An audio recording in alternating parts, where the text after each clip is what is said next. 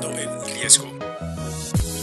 ¿Qué pasó, mi gente? ¿Cómo están todos? Bienvenidos a Tomando el Riesgo. Yo soy Herwin Riera y qué chévere estar nuevamente compartiendo un episodio con ustedes, hablando de cosas interesantes, de negocio, de liderazgo, de tantas cosas que podemos sacar a partir de todo lo que tiene que ver con empresa. Y esta vez queremos hablar de algo que no puede pasar desapercibido. Invité a unos amigos para eso.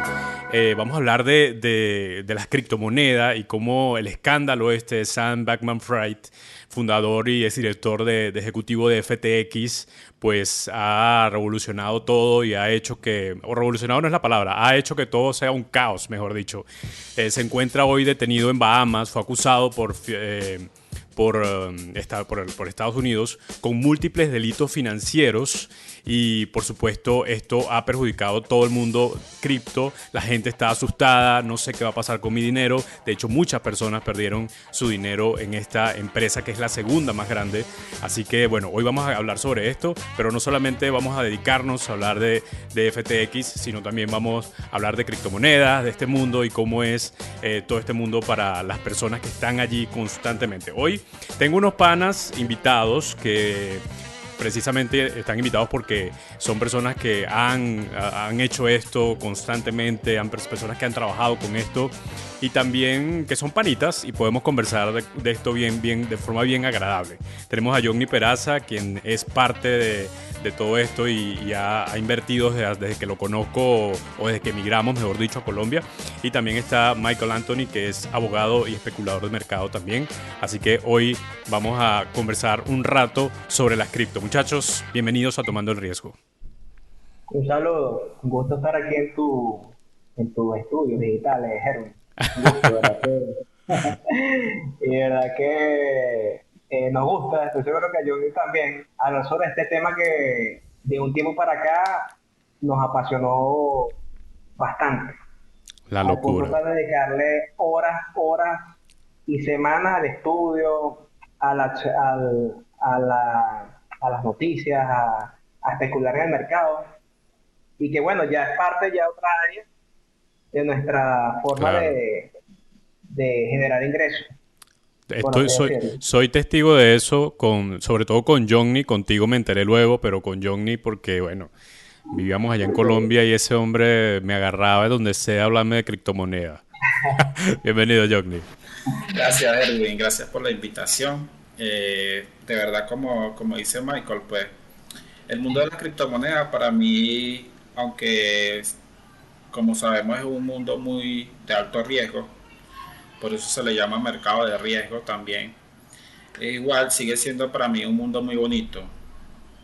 Eh, en mi caso, pues nació de una necesidad. El hecho cuando me pasé para acá, para Colombia, y tratar de buscar otras entradas de dinero fue uno de los motivos que me llevó a involucrarme en el mundo criptoactivo. De hecho, pasa mucho así, ¿no? Porque me he dado cuenta que aquí en Venezuela la gente resuelve con eso. Y también que como hay tanta presión, tanto bloqueo, que la gente tiene que resolver. Incluso las organizaciones sin fines de lucro tienen que resolver con eso porque no pueden obtener divisas de otro lado. Y hay un artículo o un título que me gustó mucho de la BBC que pone la criptomoneda como un boxeador y dice... Bueno, si la cripto fuera un boxeador, estaría en la cancha tirado con muchos golpes en este momento.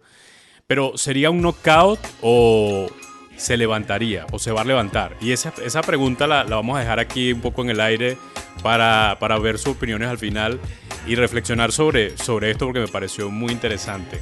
Por ahora, cuénteme un poco de esa experiencia de invertir en cripto. ¿Cuál ha sido la experiencia de ustedes, una experiencia real de esto? Yo sé que nos cuesta a veces hablar un poco de nuestro dinero, lo que estamos invirtiendo y lo que hemos ganado. Pero si pueden contar algo que podamos tal vez visualizarlo de algún modo, de lo que han hecho ustedes con el dinero, con las cripto y las ganancias que han obtenido en algún momento y que los cuales se hayan sentido muy bien por eso. digamos que mi primera experiencia fue con XRP en un área del trader que se llama Futuro, que tú te apalancas, es decir, tú das un dinero al exchange, le dices, ponte, mira, yo tengo $100, pero yo quiero traer en base a 500. Tú me puedes prestar $400. El exchange te dice que sí, ¿verdad? Pero ahí se crea un contrato inteligente, donde tú puedes, por así decirlo, no es el término correcto, pero tú puedes apostar a la baja o a la alza del precio. Y a medida que tú vayas, eliges la dirección, ponte a la baja, ¿verdad? Yo creo que esto va a bajar de $1 a 80. Y mientras baje, tú vas ganando en base al apalancamiento que le metiste. Ahora, ¿dónde está el negocio ahí para el exchange? ¿Cómo gana en esa operación? Que si la operación se te va en contra, te va liquidando. Hasta un punto, claro, no que te va liquidando, vas perdiendo si te sale. Pero si llega un punto donde toca el precio, ponte hasta el 10% o el 20%, te quita todo el dinero. Mi primera experiencia fueron positivas. Yo gané, sí, fue con la cripto XRP, Ripple. Y yo le decía, que por cierto, un primo de Johnny Peraza, tu otro invitado, yo decía, concha, esto es demasiado fácil, brother, ¿cómo puede ser posible? Yo, mira, dio el 30, el 40% que he ganado, no entiendo por qué las personas no hacen eso. Y bueno, al final de esa inversión que había colocado, a los meses la perdí, precisamente por eso, caí en la trampa del mercado, por así decirlo, que crees que el mercado está hecho para que tú ganes dinero.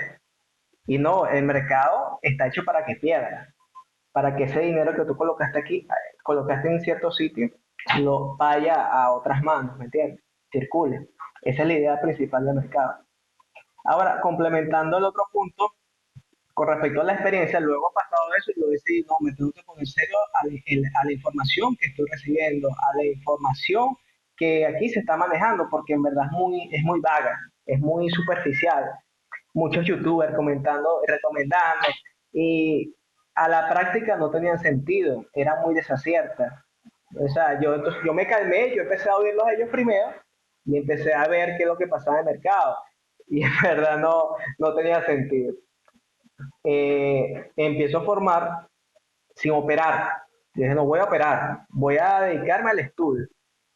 Y me di cuenta en el 2021 que coincidía un ciclo de mercado, lo que llamamos el último bull run, creía yo, y en efecto sí fue, del mercado cripto, eh, con el conocimiento.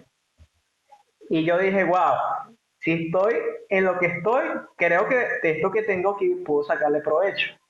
Y en efecto sí fue. Le saqué el 300% de lo que tenía en un lapso de 3 meses. 3 meses. Fue muy emocionante para mí, porque primera vez que le sacaba dinero al mercado, en ese volumen de dinero que tenía y en esos aciertos, por así decirlo. Claro, no todas las operaciones fueron acertadas, pero cuando no era el margen de riesgo o digamos, el stop loss lo tenía controlado.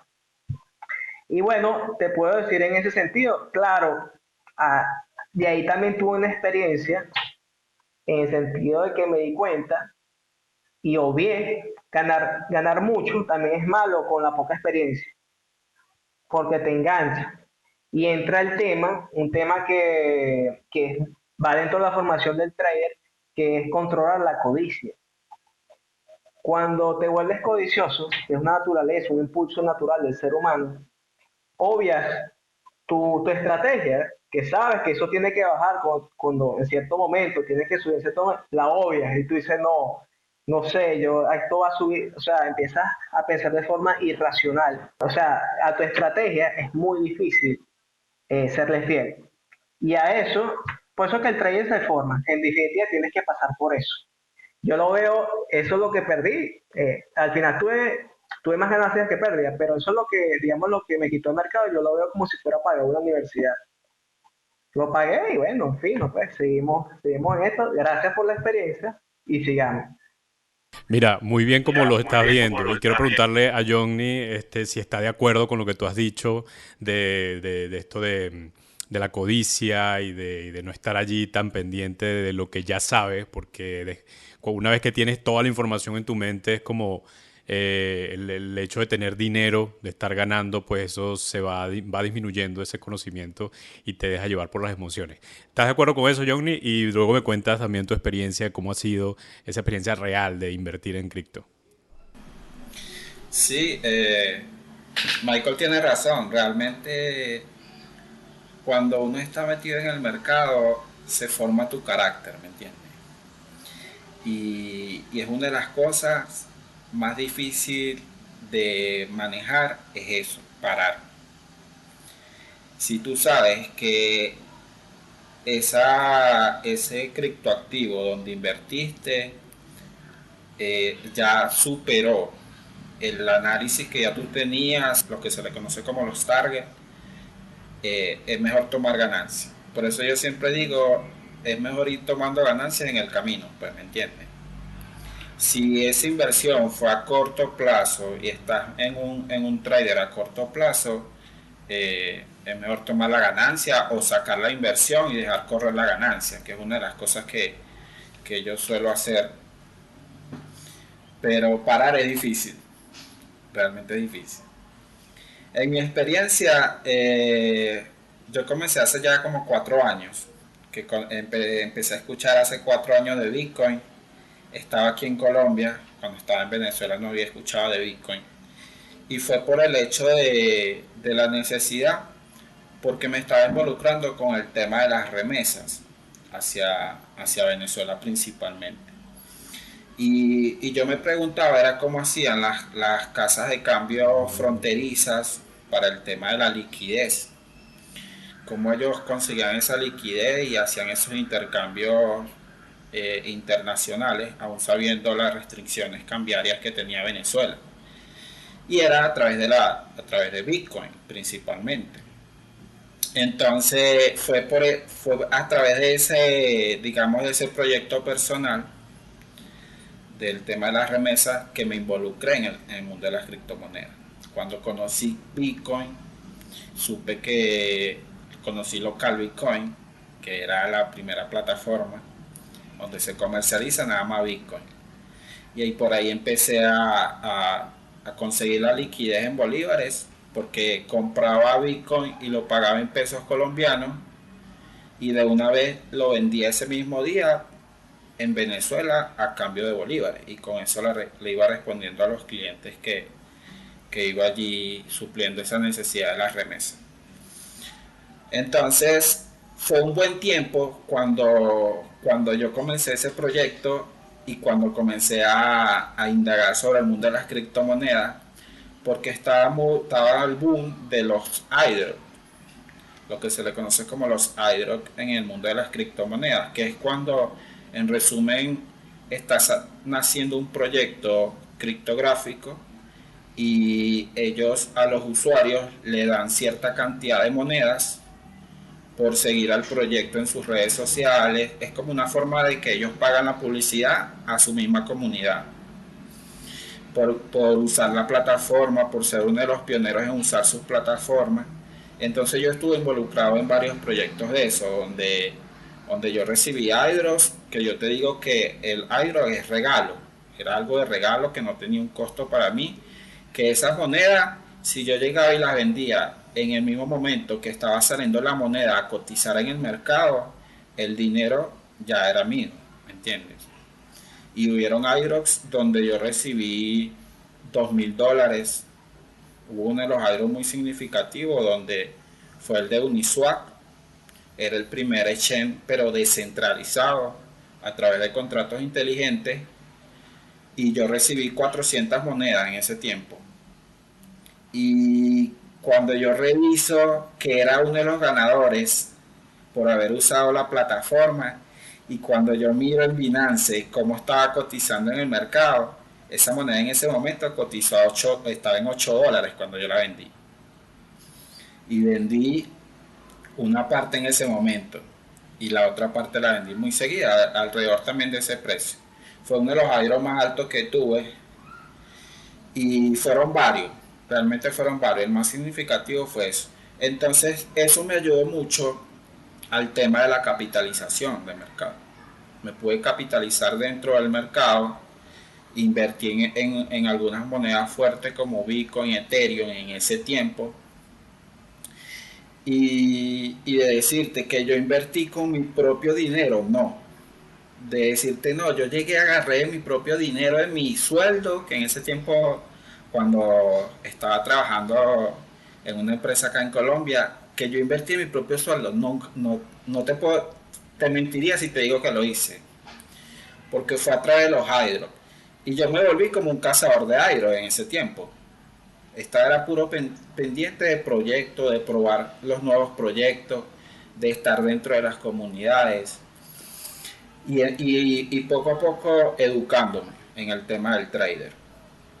Entonces, eso me ayudó mucho y a medida también de que iba creciendo el proyecto de las remesas a nivel personal, también habían parte de esos ingresos que sí invertía en criptoactivos. Entonces ha sido una experiencia muy chévere. De verdad que mis finanzas realmente han cambiado. Hasta ahora como está el mercado, mis finanzas igual yo puedo seguir diciendo con seguridad que mis finanzas han cambiado desde que llegué acá en Colombia hasta ahorita. Pero ahora, yo también he escuchado gente que dice que no confía en todo esto. Ustedes están contando, sí, bueno, ya Michael habló de la parte también de riesgo, pero lo que me cuentan de pronto suena muy sencillo, entre comillas, lo que dice Johnny, lo que ha hablado Michael, pero la verdad es que hay gente que dice, no,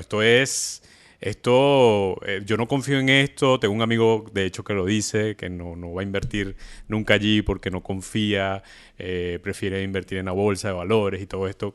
Entonces, ¿cómo lo ven ustedes esta parte? ¿O cuál es la parte, digamos, la más complicada de las cripto? Bueno, mira, digamos que yo entendí, para tener confianza tienes que tener conocimiento. Si tú no conoces lo que estás comprando, evidentemente no vas a tener nada de confianza. Claro, evidentemente que el mercado, hay muchos nichos de mercado. Hay el tema de las acciones, se llaman bolsas, hay el tema de los minerales, hay el tema de los sintéticos, hay un nicho de las cripto. Cuando tú, por lo menos yo accedí al mundo de las cripto porque fue al cual tuve acceso por medio de los exchanges o los brokers como Binance o Local Bitcoin. Cuando se oyen las personas decir eso, es porque en verdad no han profundizado en lo que están comprando o en lo que pudieran llegar a comprar, sino que se guían por lo que oyen. En el caso, por ejemplo, de la blockchain, que el pionero fue Bitcoin, yo puedo decir que Bitcoin o el creador de Bitcoin, que Bitcoin en sí, yo hoy en día lo entiendo como no es la cripto. La Bitcoin es una red, yo lo veo así, ¿entiendes? Es una red así como tú ves el servidor o la red que proporciona Internet, ¿verdad? Verlo así. Y dentro de esa red tú puedes ver videos, dentro de esa red se sostienen plataformas de redes sociales, plataformas para editar videos, para transformar, enviar documentos. Del mismo modo, la red de Bitcoin, la Light Network, hasta el momento se creó, bueno, pues tú ves el white paper, e incluso no solamente para transferir valor, sino también para soportar contratos inteligentes, pero creció tan rápido y la forma de hacer la actualización es tan, digamos, rigurosa para hacerla que no permitió hacer eso, ¿entiendes? Entonces, hasta los momentos Bitcoin solamente es un medio de transporte de valor, ¿verdad? Y la blockchain es eso, es una, digamos, una red, ¿verdad? Que camina hasta los momentos por la red de un servidor de Internet y, digamos, la blockchain se sostiene por dos formas. Los mineros, en primer lugar, que es simplemente un poder de cómputo, ¿verdad? Que lo produce una máquina. No es que está una persona así con un pizarrón sacando cuentas. No, mira, no. Eso lo hace una máquina, ¿verdad? Que al principio era rentable. Por ejemplo, tú comprabas una máquina, claro, te estoy hablando del 2010, 2011, y digamos, esa máquina te Eso fue resolvía súper popular aquí en Venezuela también. Súper. demasiado. De hecho, conocidos, supe que tenían en su casa dos, tres maquinitas y le era rentable.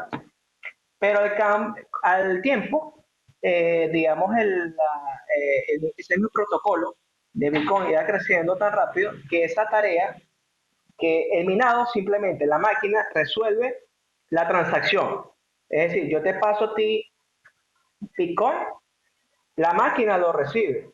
El minado es eso, lo recibe, verifica de que es la cantidad que tú estás reportando y verifica que la otra persona va a recibir eso. La transa y él se queda con la comisión y lo pasa. Eso es lo que hace la máquina. Entonces, al principio comenzó así.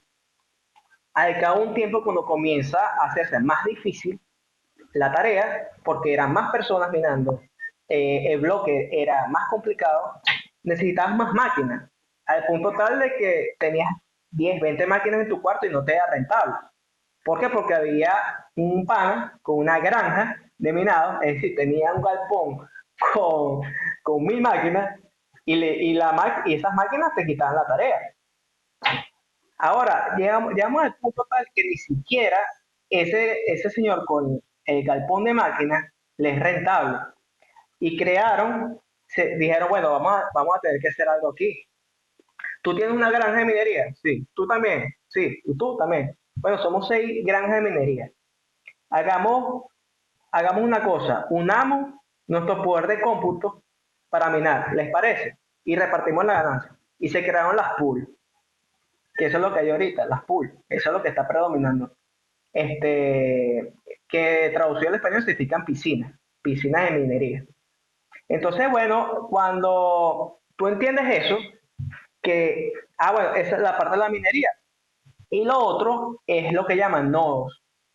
El nodo simplemente es, tú descargas o pones a descargar el libro contable de todas las transacciones que han habido, que se hacen y que faltan por hacer. Y tú tienes esa información o ese poder en tu casa, en tus manos. Y digamos, lo pionero aquí de todo esto. Que alguien, que yo estoy seguro que estaba en el nicho de la economía mundial, dijo, no, voy a transportar esta información o este conocimiento a las masas. Y eso se llama descentralización, transferencia de poder. Sí, realmente tocando lo que decía Herwin en un principio, el tema de la desconfianza. Hay mucha gente que desconfía de las criptomonedas. Y yo digo que una de las razones principales es por todos los casos que de alguna vez se han visto para estafa. Eh, Hay que reconocer que en el mundo de las criptomonedas ahí se han visto malos actores, así como se puede ver en cualquier otro mercado, ¿me entiendes? Y que de alguna forma le han hecho daño. Ejemplo, lo que sucedió recientemente, ¿verdad? Y que yo cuando me enteré de esto, yo dije, para que el mercado, la gente recupere la confianza, se va a llevar bastante tiempo, se va a llevar años, ¿entiendes? Hay inversores que ya con esto no quieren saber nada de las criptomonedas. El tema de las personas que desconfían pero que no han invertido, como decía Michael, falta de conocimiento. No han vivido su propia experiencia, ¿me entienden? Entonces, otra de las razones es entender que el mercado en sí es un mercado muy especulativo. El mercado de las criptomonedas es el mercado más especulativo que existe. Porque hay muchos fragmentos, por llamarlo de alguna manera, dentro del mercado. Están los especuladores, están los inversores a mediano plazo, los inversores a largo plazo, los que hacemos arbitraje, como en mi caso que últimamente me he enfocado más en el arbitraje. Y es eso, pues, el tema de la ¿Qué es confianza. arbitraje, perdón, John? Suponte, tú tienes $100 en Bitcoin y lo tienes en Binance y tú necesitas bolívares porque en el negocio donde tú vas a pagar en bolívares. Entonces llega, ¿qué haces tú? tú te vas a Binance en la sección del P2P y ahí vas a encontrar varios usuarios que tienen como, digamos, especie de un anuncio en cuánto te están pagando por esos $100. Entre esas personas que están allí se le llaman proveedores de liquidez. Son los que de alguna forma por recibirte esos bitcoins y entregarte los bolívares, allí hay una pequeña comisión que ellos están ganando. Eso se llama arbitraje. Entonces yo lo hago en Binance, lo hago en plataformas como RTN, en otras plataformas, y es prácticamente suplir esa necesidad de un intercambio, ser la otra contraparte del intercambio y ganarte una pequeña comisión allí. Pero hablando de eso, el tema de la desconfianza parte de allí, pues, del desconocimiento y de vivir su propia experiencia. Porque yo te digo, esa persona que desconfía en un sistema, digamos, en tener en su propia cartera, en su propia billetera, Bitcoin o cualquier otra criptomoneda, incluso hasta, porque fíjate, hay criptomonedas que son paralelas al dólar, no sé si sabías, como el USDT, BUSD, son las que tienen una capitalización de mercado bastante grande y que ellas en teoría su liquidez, su respaldo debe estar respaldado por un dólar americano. Entonces allí obviamente uno tiene que confiar en que eso es así, así como cuando tú tienes tu cuenta en tu banco y tú confías de que el dinero que tienes en tu cuenta bancaria está allí, cuando realmente sabemos que si hablamos de la parte bancaria, ellos el 100% no lo tienen en liquidez, porque hay partes que lo tienen en inversiones. Cuando tú abres tu cuenta bancaria, tú autorizas al banco a que tu dinero lo use para inversiones. Y así es con estos intercambios, con Binance, con FTX. Cuando llegaste y abriste tu cuenta, autorizaste, en uno de los términos dice autorizar a la empresa a hacer inversiones de alto riesgo de tus fondos, ¿me entiendes? Igual como la banca. Los exchange centralizados, en este caso, que es el tema del cual estamos desarrollando, ellos están funcionando igual que la banca dentro del mundo de las criptomonedas. ¿Esto amenaza con la descentralización? Sí. ¿Por qué? Porque Bitcoin, el creador de Bitcoin, realmente cuando tú lees la historia de él y lo que realmente él apuntaba era la descentralización. A que tú, por lo menos, si tú tenías un trabajo remoto, estás en Venezuela y te pagan un trabajo remoto en España, desde España, tú pudieras recibir ese pago directo, ¿me entiendes? Sin intermediarios, y que al Estado no le quede un 30 o un 20% de comisión.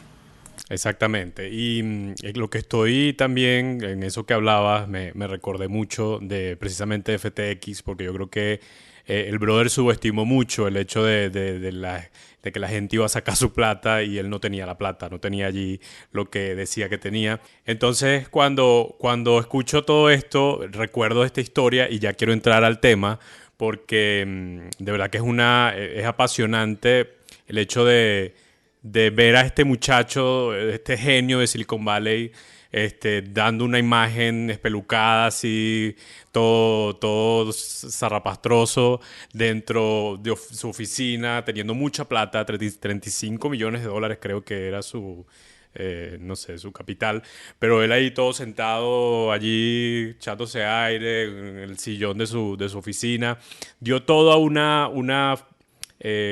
creó todo un personaje alrededor de él y no solamente crea este personaje, sino que personas confían en este señor que, por ejemplo, leía por allí que tuvieron una videollamada con grandes inversionistas y este hombre en esta videollamada tan importante estaba jugando videojuegos. Y esto no le dio, no sé, no fue como que un detonante, no fue como esa alerta para decir no voy a invertir aquí, sino que esta gente invirtió muchísimo dinero. Entonces, viendo todo esto, yo digo, wow, o sea, esto hay que hablarlo, esto hay que contarlo, esto hay que decirlo, porque de verdad está muy interesante. ¿Qué sabían, cómo veían ustedes a este fundador, a Sam Bankman-Fried, y qué opinan de todo esto que está pasando con FTX y todo? O cuéntame un poco también de lo que ha pasado para estar en contexto. Bueno, de mi parte con ese personaje, como tú lo dijiste, sabes que, bueno, en la parte de la abogacía, en la parte de la finanza, o sea, uno aprende a tener mucha suspicacia. Y yo me pongo a averiguar quiénes son ellos, porque tú ves FTX y FTX, lo ves una imagen, pero detrás de eso hay personas. Entre eso me pongo a averiguar sobre Sam y su estructura. Y me pongo a averiguar sobre ellos, que hay información bastante sobre su entorno. Resulta ser que Sam, los padres de Sam, son abogados fiscales, muy reconocidos en los Estados Unidos, con mucha influencia, con reguladores de la SEC, que traducido al español, o sus siglas significan Security Exchange Community, o sea, es una comunidad de intercambio, ¿me entiendes?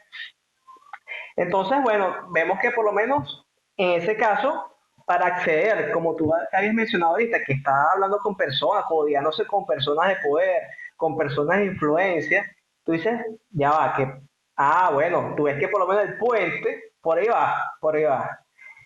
Vemos que la CEO de su empresa, que viene siendo su novia, se llama Carolina Ellison, aquí lo noté, su padre trabaja actualmente con unos reguladores fuertes de la SEC que se llama Gexon, Gary Henson, este, que a la par, eh, digamos, Gary, esa persona que trabaja actualmente en la SEC, estaba muy fuerte relacionado porque tiene años trabajando con uno de los mayores estafadores de la historia de Estados Unidos. Se llama Barney Madoff. Estafó a los estadounidenses 65.000, 60.000 millones de dólares. Ese fue uno de los mayores, es una de las mayores estafas de Estados Unidos y era trabajador de la SEC. Entonces, tú te pones a ver todo esto y te pones a ver con más suspicacia, leo lo superficial, cómo esas personas lograron acceder a ese tipo de relaciones.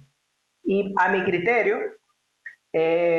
fueron, digamos, medios, digamos, manipulados por,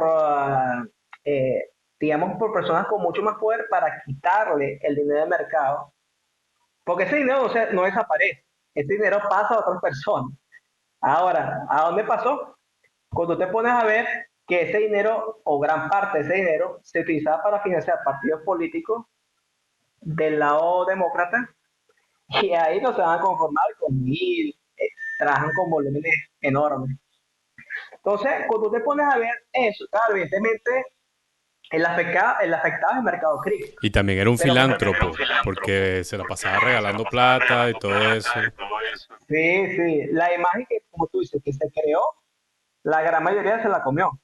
Y claro, evidentemente como estaba respaldado por, digamos, esas personas que eran cercanas a ellos, como sus padres, que son personas que están metidos con personas de la SEC, que eran abogados fiscales, evidentemente confiaron. Pasa todo eso y tienen la excusa de la guerra, tienen la excusa de la caída de los mercados bursátiles y bueno, sencillamente desapareció el dinero. A mi criterio, a mi criterio, viendo desde el punto de vista netamente, digamos, especulativo, es decir, ganar dinero. Para mí fue, digamos, un medio por el cual utilizaron el mundo cripto que no está regulado para ese valor transportarlo a otras personas que hasta hoy en día son anónimas. Pero ese dinero Y está por ahí circulando. Sí, que también él tenía una empresa en la cual también tomó todo este dinero que tenía allí y empezó a usarla para solventar allí en esa empresa que él tenía. Entonces, son muchas cosas que tú piensas y dices, perro, esto es una locura. Y mucha gente perdió plata ahí.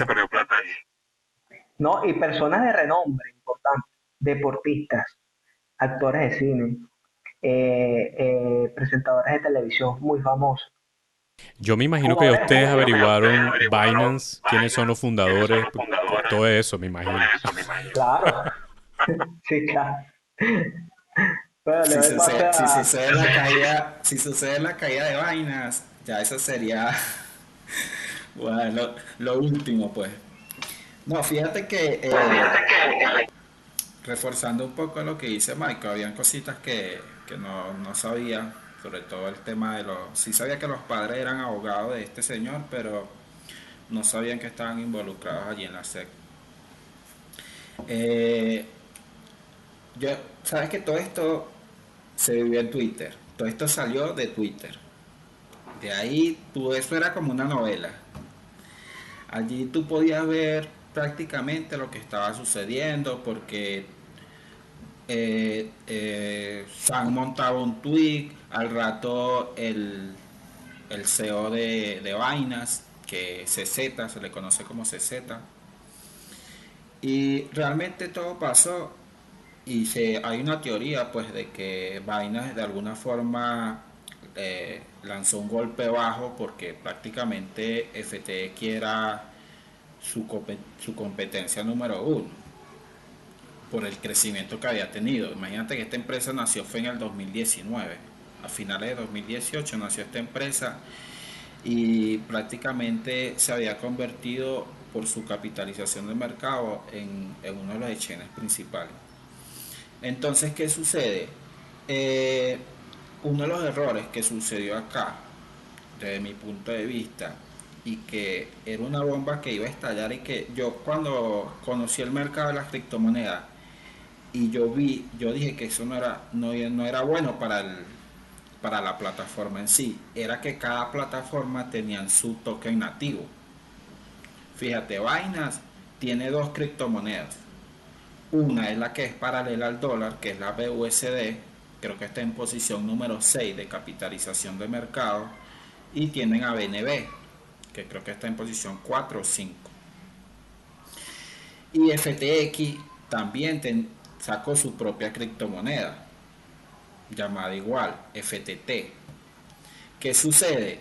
Que eso es como que tú seas el presidente del país e imprimas dinero inorgánico a circular, ¿verdad? Entonces hubo un momento en que en que el token de FTT se infló. Llegó a costar, imagínate, llegó a valer $85 cada token. Yo lo llegué a tradear. Gracias a Dios cuando pasó todo esto no lo tenía en mi cartera. Pero estaba listado en vaina y mira cómo funciona el tema de los listados. Cuando un intercambio lista un token, por lo general le pagan en ese token. El proyecto o la otra plataforma le paga. En este caso, en ese tiempo, cuando nació este intercambio de FTX y sacó su propia criptomoneda, le pagó a Binance para listarlo, Binance lo aceptó, pero yo digo que si Binance hubiese entendido la magnitud, el crecimiento era de que se iba a convertir en un principal competencia, porque realmente, aunque en el mundo de las criptomonedas existe mucho vínculo de solidaridad entre los proyectos, igual existe competencia, ¿me entiendes? Y Binance aceptó listarlo, imagínate, aceptó listar un toque de chain en su propio chain. Y ahí fue donde yo llegué a tradearlo. Pero entonces, ¿qué sucede? Que cuando explota todo el problema, se inicia porque en un portal de noticias de criptomonedas muy famoso, que de hecho los dueños de eso son Binance, son los mismos dueños Binance, sale una noticia de una información financiera de este intercambio de SAN, donde se veían las reservas y la mayoría de la reserva, más del 70%, era respaldada por el propio token de ellos. ¿Qué sucede? Que eso alarmó a mucha gente cuando sale esa noticia. Alarmó a la gente, pero el mercado estaba normal. Lo que más alarmó fue cuando el CEO de Binance coloca en Twitter que lo que él recibió hace años atrás, que le quedaban por haber listado el token debido a los rumores de esa noticia, ellos iban a vender la moneda. Entonces imagínate tú que tú tengas moneda de ese chain y que otra plataforma diga que va a vender cierta cantidad de moneda. Obviamente todo el mundo entró en alarma.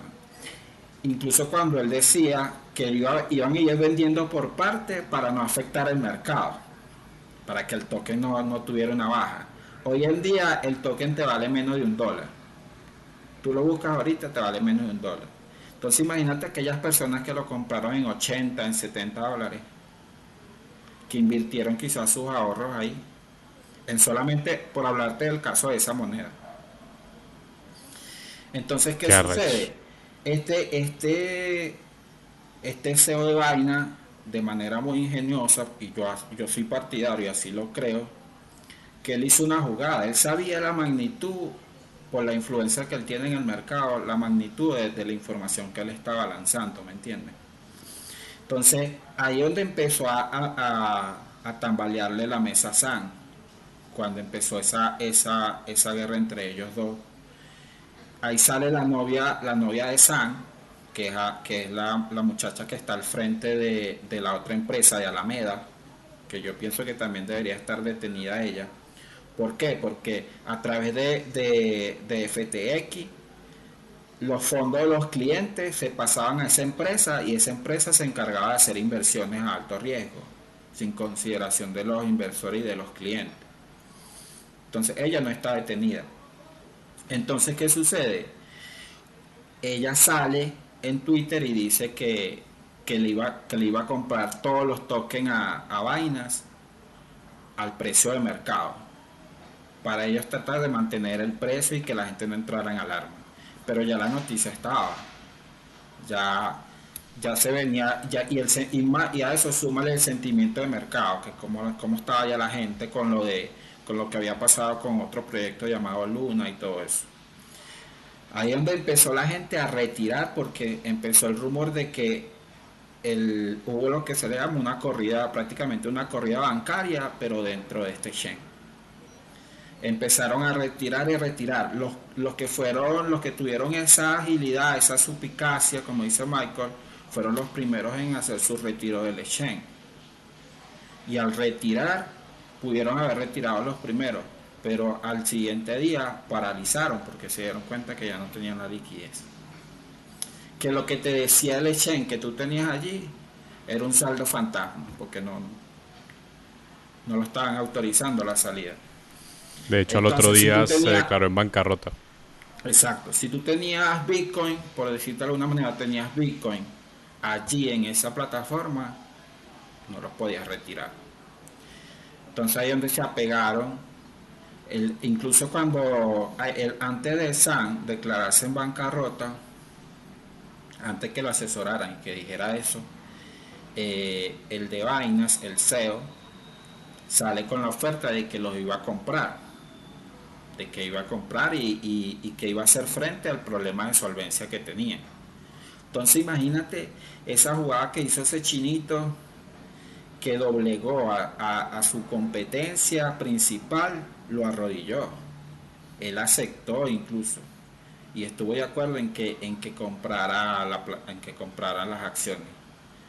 Entonces, allí es donde sucede que al siguiente día Vaina se pronuncia de que ya no iba a hacer la compra, porque revisaron y se dieron cuenta de que la magnitud del problema y que ellos no iban a poder atender. Y, Eso fue el jaque mate para que se declararan en bancarrota. y fíjate, a mi criterio, comprar o no la exchange o hizo lo que hizo, iba a ganar de las dos formas, de las dos maneras, porque ya sea que absorbiera su empresa y hacer mucho más grande, o que la terminara, como dice Chugal, como dice aquí en Venezuela, es un dicho muy coloquial, el palo cochinero. Listo, la cualquier de las dos formas iba a ganar el CEO de Binance. Y bueno, si tienes otro punto. Total, sí. Yo de verdad, yo estoy aprendiendo con ustedes. Yo no estoy. Yo me metí en esta vaina, empecé a investigar, a buscar y dije, Dios mío, pero ¿qué me estoy perdiendo yo? Este show en Twitter. Esta vaina está muy buena. Y lo que me perdí, usted estaba en una novela. De hecho, Vale, es que sí, esto es un mundo total, es un mundo total. No, no, mira, este traicionó a este. ¡Ah! No te creo, pero ¿quién le dijo a este? Y la novia que hizo. Y viste que sus papás son. ¡Ah! sí, No, sí, una total. novela. De hecho, los Twitter que lanza este fundador dice, lamento mucho de nuevo que hayamos terminado aquí, fue uno de los tweets. Otro es, ojalá las cosas puedan encontrar una manera de recuperarse, ojalá esto pueda traerles algo de transparencia, confianza y gobernabilidad. Me equivoqué, debía haberlo hecho mejor, escribió. Y viendo estos tweets, leyendo sobre la gente y algunas personas que eran clientes diciendo que habían perdido todo, otros dando su opinión bueno, de las criptomonedas, que ya no había que confiar en esto. Y aquí viene este título de BBC donde dice que si fuera un boxeador estuviera allí tirado con muchos golpes en este momento la cripto, pero sería un knockout o se levantará. ¿Qué creen ustedes de eso? ¿Será un knockout o se va a levantar la cripto de esta crisis y van a seguir allí con ustedes y ustedes allí con ellos? Mira, con esto te digo algo muy concreto. Para la existencia de la criptografía no se necesita exchange o broker. No se necesitan. Las exchanges surgen como una necesidad para que las personas que tengan poco conocimiento accedan a ese nicho, a esos servicios que ofrecen o esos productos que ofrecen la criptografía. ¿Por qué? Porque como te dije ahorita, esa criptografía se maneja bajo sus propias redes. Cuando tú compras Bitcoin en Binance, en Local Bitcoin, lo que sea, tú no estás, digamos, en sí comprando un Bitcoin en sí. Tú estás ahí comprando un título, por así decirlo, que dentro de su plataforma vas y accedes a la red network y tú tienes que confiar de que Binance tiene ese Bitcoin ahí guardado. eh, eh, Voy a decirlo de forma muy simple, porque yo creo que una de las cuestiones que a mí me ayudó mucho a entender este mundo es simplificar las cosas. Entonces, Binance saca de su cartera los bitcoins que supuestamente tiene en sus billeteras, ¿verdad? Que están guardadas en la red de Bitcoin, lo saca, te lo da a ti y tú lo transfieres a la red, a tu billetera de Bitcoin. ¿Me entiendes? Pero en la exchange, cuando tú compras y vendes ahí dentro de la exchange, compras y vendes tokens o compras Bitcoin, tú estás intercambiando ahí contratos inteligentes. Tú no estás intercambiando criptomonedas en sí, en la red de ellos. Simplemente estás, por así decir, es como que si tú manejaras dentro, ¿te acuerdas cuando había un parque de diversión? Que tú dabas, ponte, $10 y tenías acceso a todas las máquinas, a cotufas. Precisamente eso es lo que hace un exchange.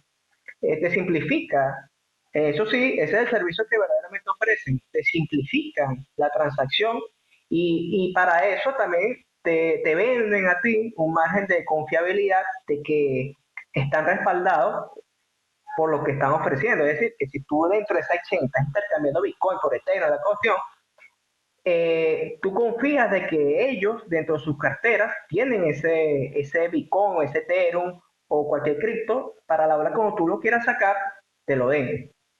¿Me entiendes? Pero en sí, mira, la criptografía no depende de las exchanges.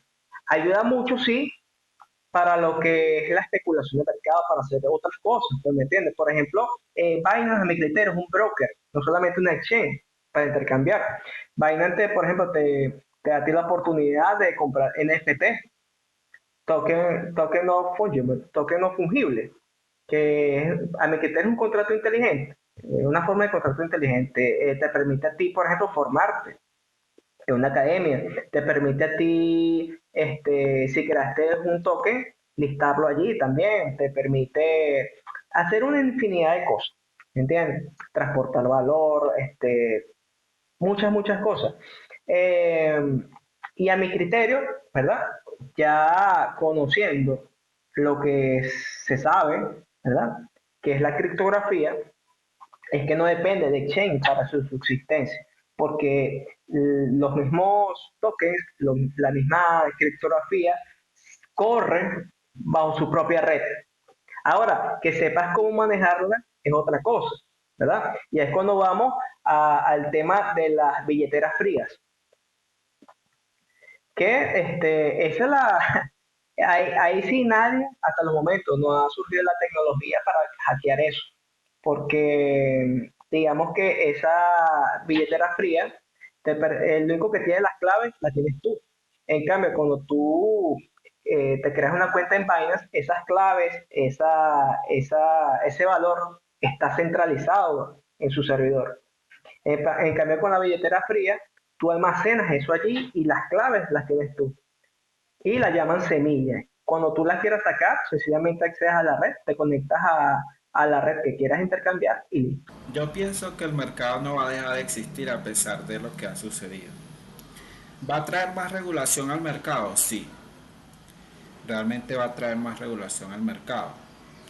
Porque allí obviamente los organismos eh, se van, al ver esto que está sucediendo, van a querer de alguna forma eh, regular todas estas plataformas para de alguna forma evitar este tipo de estafa.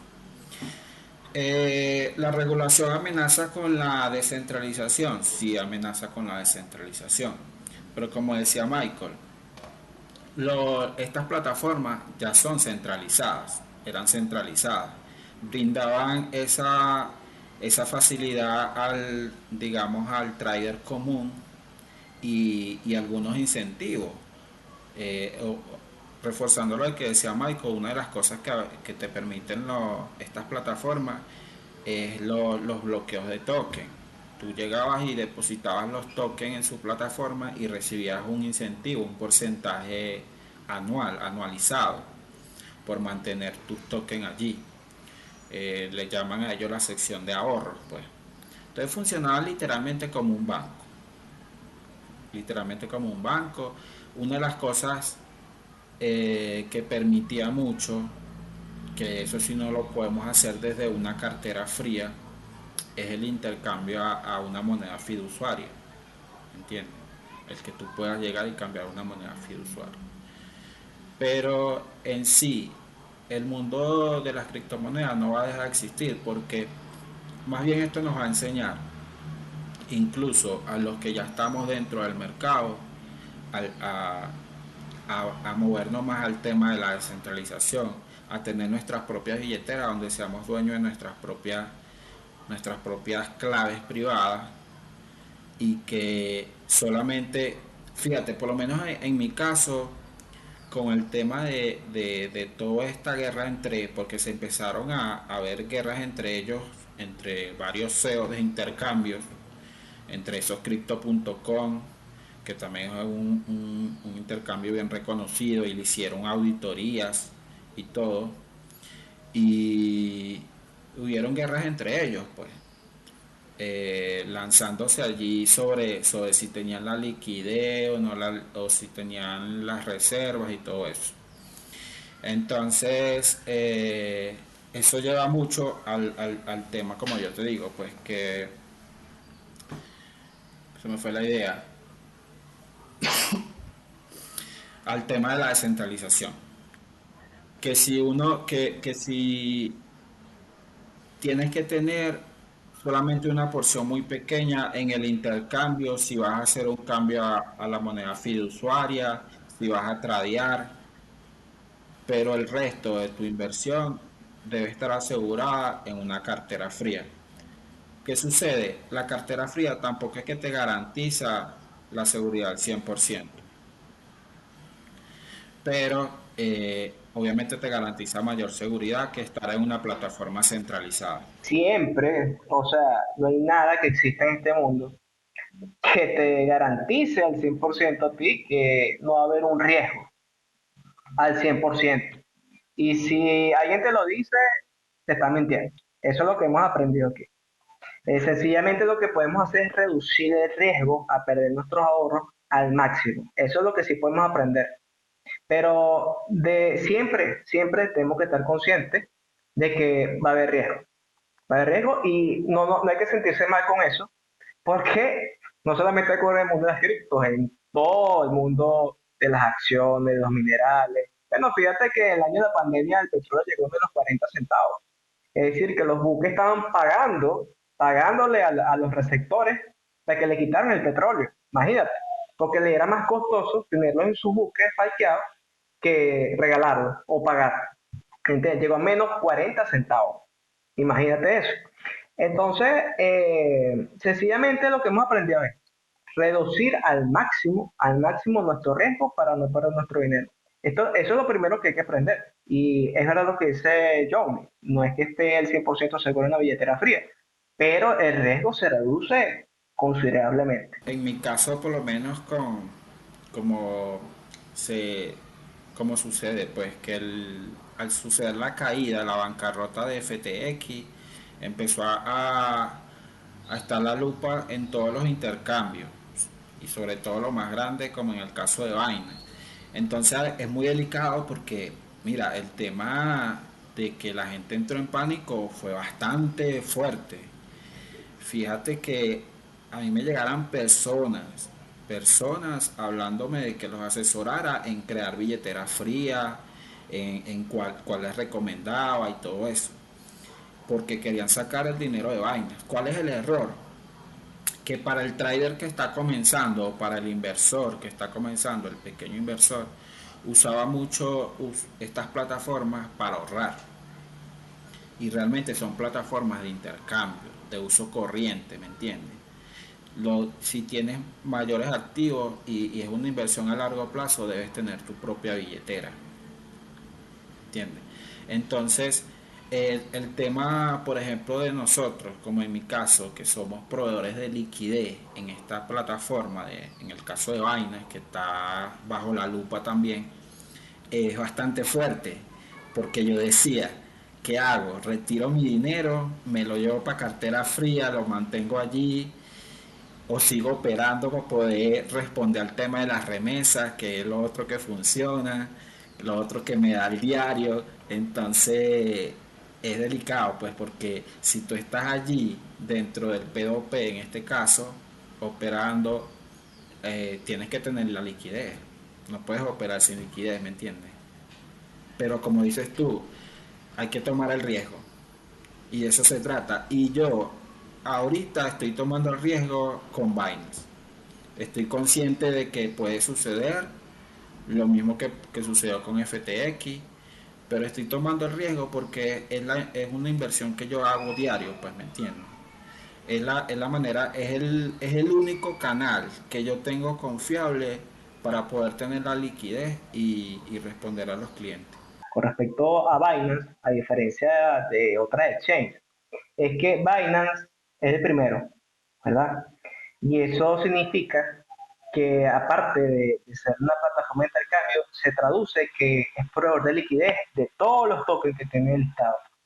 De modo que eh, si algo llegase a suceder con Binance, eh, desde el punto de vista financiero, en primer lugar se van a empezar a liquidar tokens que Binance es uno de los proveedores principales de liquidez. ¿Por qué? Porque está listado en su exchange. ¿Entiendes? Es el primero donde 15 millones de personas, o 15, sí, 15 millones de personas diariamente traen allí, 15 a nivel mundial, 15 millones de personas.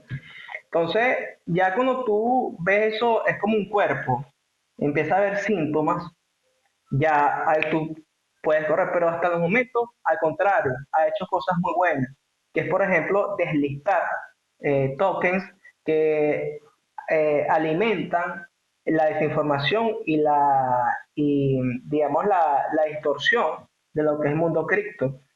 Por ejemplo, entre eso lo que ha delictado, que a mí me gustó mucho, son los tokens que son derivados de Bitcoin.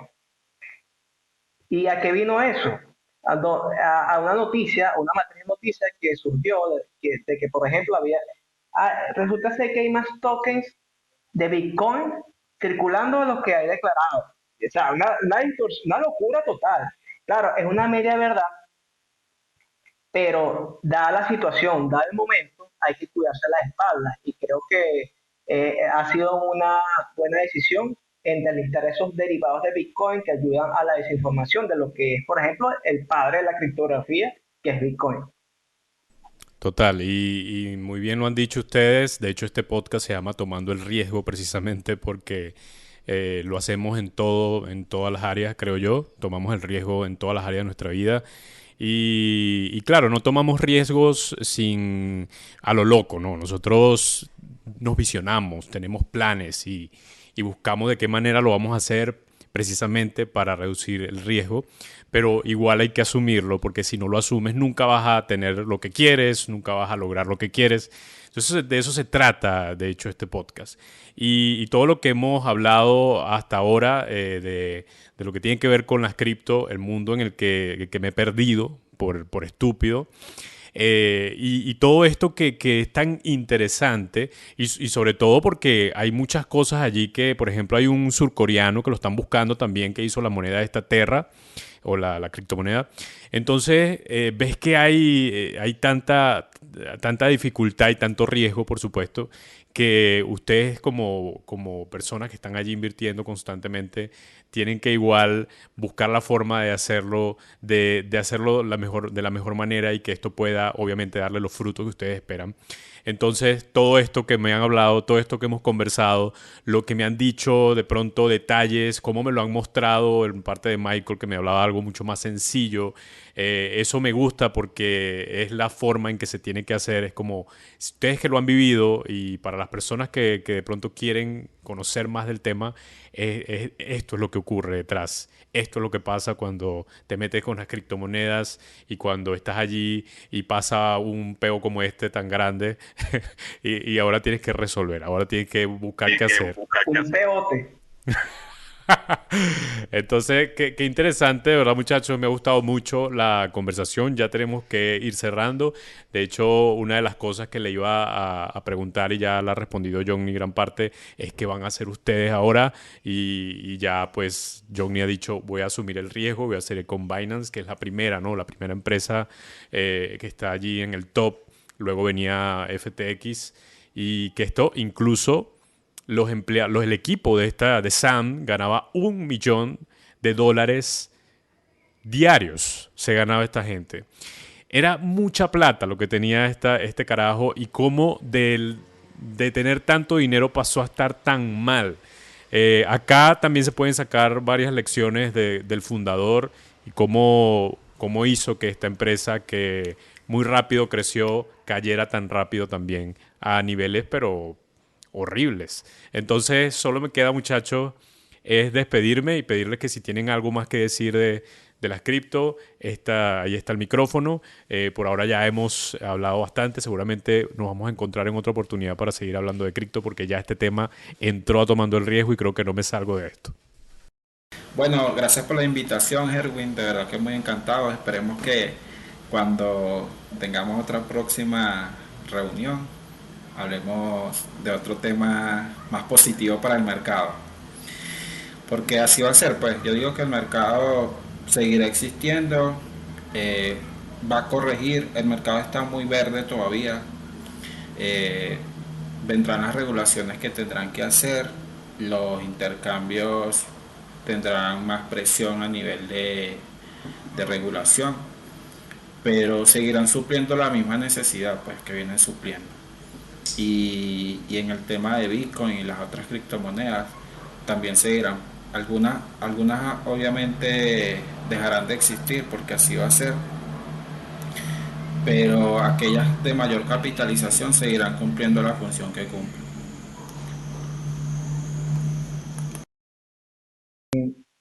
Y bueno, de mi parte, con respecto al mundo cripto, creo que a mi parecer no ha desarrollado el potencial que está por demostrar. Ha dado vestigios, ¿verdad? Entre eso, los contratos inteligentes, la parte más Web3 y el tema del metaverso, que por cuestiones de ciclos de mercado está muy lejano, pero a mi criterio, si se espera, se tiene paciencia para, si está en esta área como la que estoy yo, que es especular el mercado, creo que es una oportunidad de oro, a mi criterio, que esta corrección fuerte haya sucedido, porque sabes, todo estaba cayendo y sabes qué vas a comprar. A diferencia de antes que simplemente sabías algunos rumores, algunas cosas, no sabías más o menos lo que era, qué estaban por demostrar. Y creo que es la oportunidad de oro que se nos ha presentado a los traders que tenemos ya tiempo porque sabemos el valor de lo que está cayendo, que tiene que caer porque un solo, porque todo está cayendo, no solamente el mundo de las cripto, todo está cayendo. Es algo normal. Cuando conocemos de ciclos de mercado, estamos conscientes que esto no es la primera vez que ha sucedido. Ha sucedido en reiteradas ocasiones, en 2017, 2008. Eso no da paz, ¿entiendes? En ese sentido, sencillamente hay que tener paciencia, reducir el riesgo tomándolo en su momento y nada, estar consciente de que se nos ha presentado una oportunidad para cuando llegue el momento tomar el riesgo y accionar. Perfecto, muchachos, agradecidos entonces de que me acompañen hasta este punto, hasta esta hora, que de verdad es el podcast más largo que he hecho, creo yo, pero está muy interesante. Y bien, ahí escuchaban a Johnny Peraza y Michael Anthony, ellos son especuladores de mercado cripto y por supuesto amigos míos, panitas, que simplemente nos reunimos para hablar de las cripto y de todo este tema bien interesante. Vamos a tener seguramente otras conversaciones chéveres como esta, pero por ahora creo que hemos entendido bastante y hemos hablado bastante también de toda la crisis que hay actualmente en las cripto.